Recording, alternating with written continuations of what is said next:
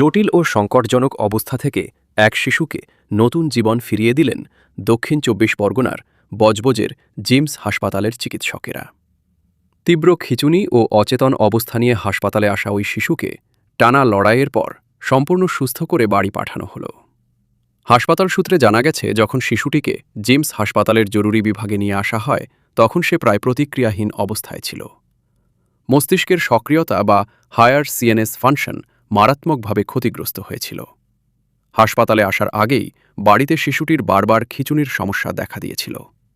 পরিস্থিতির ভয়াবহতা বুঝে জিমস হাসপাতালের শিশু চিকিৎসা বিশেষজ্ঞ দল মুহূর্ত বিলম্ব না করে শিশুটিকে আইসিইউতে স্থানান্তর করেন এবং ভেন্টিলেটর সাপোর্টে রাখেন।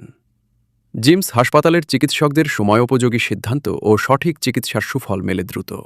৪ দিন ভেন্টিলেশনে রাখার পর শিশুটির অবস্থার উন্নতি হলে ভেন্টিলেটর সরিয়ে নেওয়া হয়।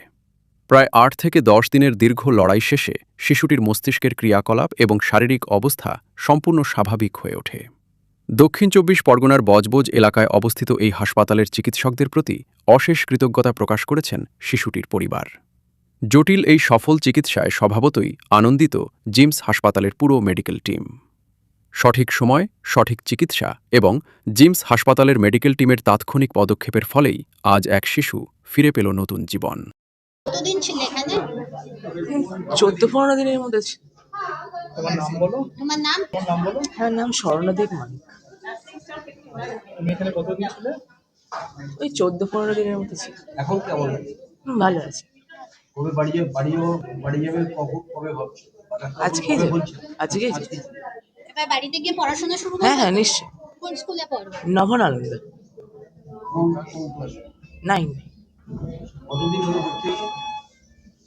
14 to 15 days হয়েছে। কি প্রবলেম হচ্ছিল তোমার প্রথমে শুরুতে? আমি সেটা জানি না। সেটা বলতে পারি না। ও ওয়েট কনসাস ছিল। ঠিক আছে, thank you. Almost the baby was not responding at all at that time, or general যে কন্ডিশনটা মানে সিএনএস যেটাকে আমরা হায়ার ফাংশনস বলি সেটাও খুবই খারাপ ছিল, সাংঘাতিক ইরিটেবল, কিছু বুঝতে পারছে না। তার আগে ওর কনভালশন সিজার্স যেটা খিঁচুনি হয়েছিল বাড়িতে, সেই অবস্থায় আমরা ইয়ারে ওকে পাই। ইমিডিয়েটলি উই ডিসাইডেড যে we will have to intubate the baby and put on mechanical ventilation, মানে আমাদেরকে কৃত্রিম উপায়ে ওকে এবার ভেন্টিলেটর মেশিনে দিতে হবে। তো সঙ্গে সঙ্গে we shifted the baby to the PICU, that is pediatric intensive care unit, and we intubated the patient and put on ventilation, and all the CNS protective measures were taken. যা যা ওষুধ শুরু করা উচিত ইমিডিয়েটলি অল ওয়াজ স্টার্টেড, যেটা খিঁচুনি বন্ধ করার ওষুধ হোক বা এমনি ব্রেনে যে প্রেশার বেড়ে যায় সেই সব ওষুধও শুরু করা হয়েছিল। By day 2 only we suspected যে হয়তো ওর তার সাথে অটোইমিউন এনকেফেলাইটিসেরও একটা কিছু প্রবাবিলিটি থাকতে পারে।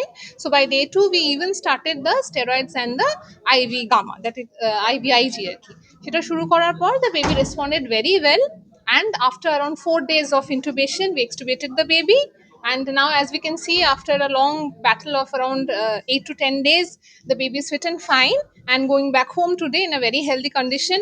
ও নর্মাল যখন এসেছিল একদমই কিছু ওরিয়েন্টেশন ছিল না, এখন কিন্তু একদম নর্মাল ওরিয়েন্টেড, সিএনএস ফাংশন পুরো নর্মাল, হাঁটা চলা সব স্বাভাবিক, কোনো অসুবিধা এই মুহূর্তে আর নেই।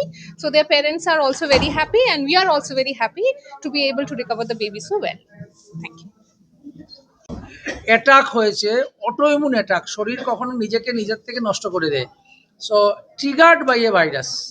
সো এই অ্যাটাকের জন্য ব্রেনটা কাজ করছিল না, অ্যান্ড ব্রেনের রিদম, যেটা রিদম স্ট্রিপ আমরা নিয়েছি daily, that is call EEG, এই ব্রেনের রিদম স্ট্রিপটা is abnormal, and that rhythm strip is not subsiding with standard therapy. আমরা যেগুলো স্ট্যান্ডার্ড থেরাপি দিয়ে থাকি, antiepileptic medicine, the management of এই ব্রেনের প্রেশার, সবগুলো করার পরে রিদম ঠিক হচ্ছিল না। So ultimately when you have given immunotherapy, যেটাকে বলে IV gamma and steroid, baby responded. Your name, sir? Your name? আমার নেম ডক্টর জয়দীপ দাস।